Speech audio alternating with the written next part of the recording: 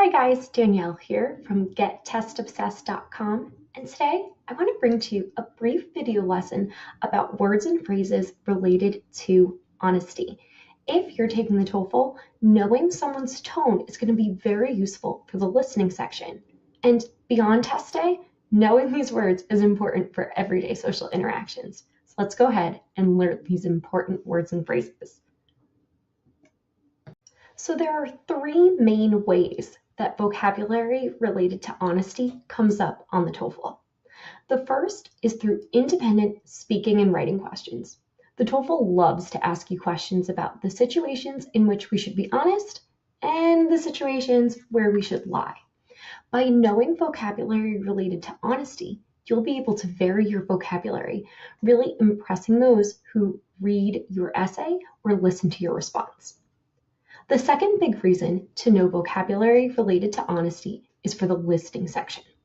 When it comes to the listening section, you're often asked questions related to somebody's motive or what they're trying to imply. Their tone of voice, in addition to the vocabulary used to describe the response, is therefore essential. When it comes to the words I'm going to share on the next page, you'll really want to think about whether or not they're talking about honesty in a positive or negative context, because that can make a big difference. The last reason that honesty vocabulary is so important for the TOEFL is for those discipline-specific passages. While it's probably going to be a psychology passage that deals with honesty, it could relate to another academic discipline. Maybe they're talking about politicians who come off as authentic or come off as a little bit fake. Or maybe it's a sociology or anthropology type passage where they're talking about the development of human society, what role lying or honesty plays in it. So while you don't necessarily need to know discipline-specific vocabulary, because these words are used in other more general contexts, it could be really useful and give you a leg up come test day. So let's find out what those words are that you'll want to know.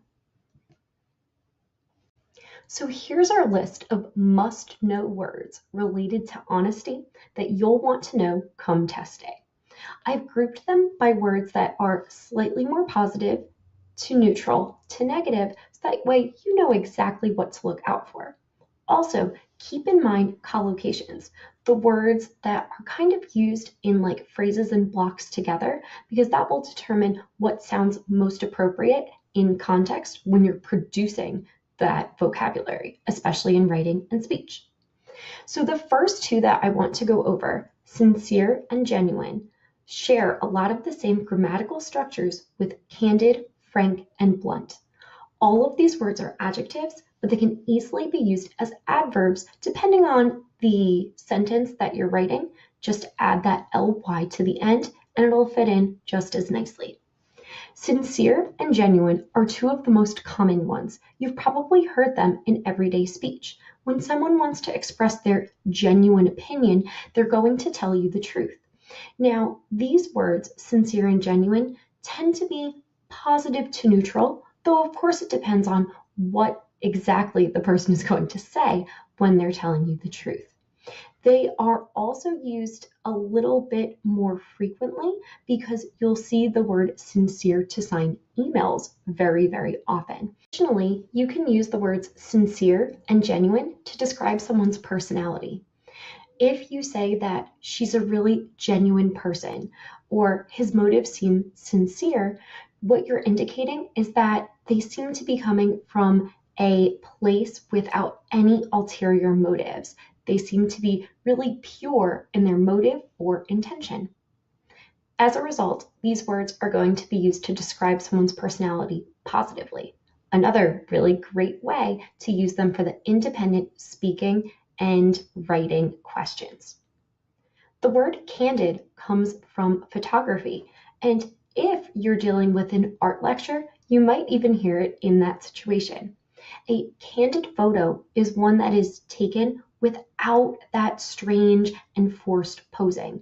So If you see a collection of people that don't seem to have been staged in any sort of way, you can use the word candid to describe this type of picture. When it comes to honesty more generally, candid is often used to ask for permission. If you say, "Can I be candid?" you're asking someone who is probably in some sort of position of power over you if you can say what's truly on your mind. The next two, frank and blunt, start moving us into the phrases that can often be a little bit more negative. You're going to express your opinion, but it might be unwelcome. In fact, it might be overly honest or too honest.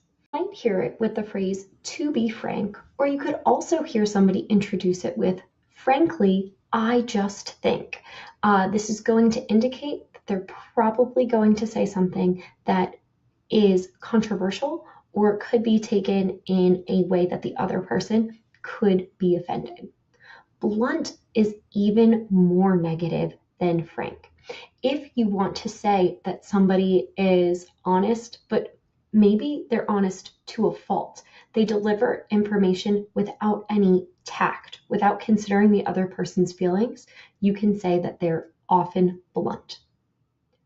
Direct, plain, and straightforward also indicate that somebody is giving you information in a way that isn't sugar-coated. It's not given in a way that makes it sound better than it's supposed to be. But in those contexts, it might be considered good. This person might be considered what's called a straight shooter if they give feedback or directions in a direct, in a plain, or in a straightforward way. This is especially true when you're talking about business and politics, where you might encounter these three words. Now that you have all the words you'll definitely want to know on test day, I have a bonus. Several extra casual phrases and pieces of slang that you'll want to know for social interactions in the United States. A pinky swear or a pinky promise, as depicted in our image right here, is when you are promising to be honest, whether you're honestly indicating that you'll keep a secret or that you're going to follow through with something.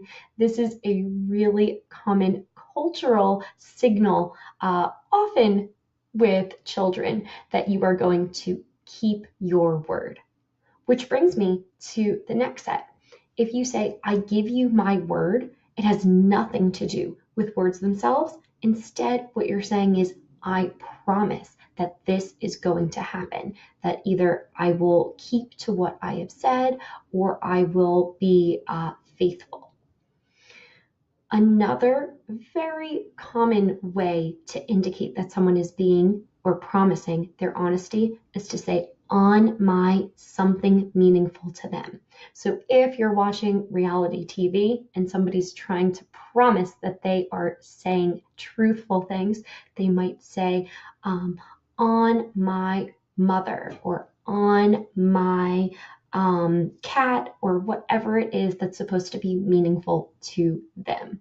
Again, not something you're going to hear on the TOEFL, but something that you do hear if you're watching American television series or something like that in English.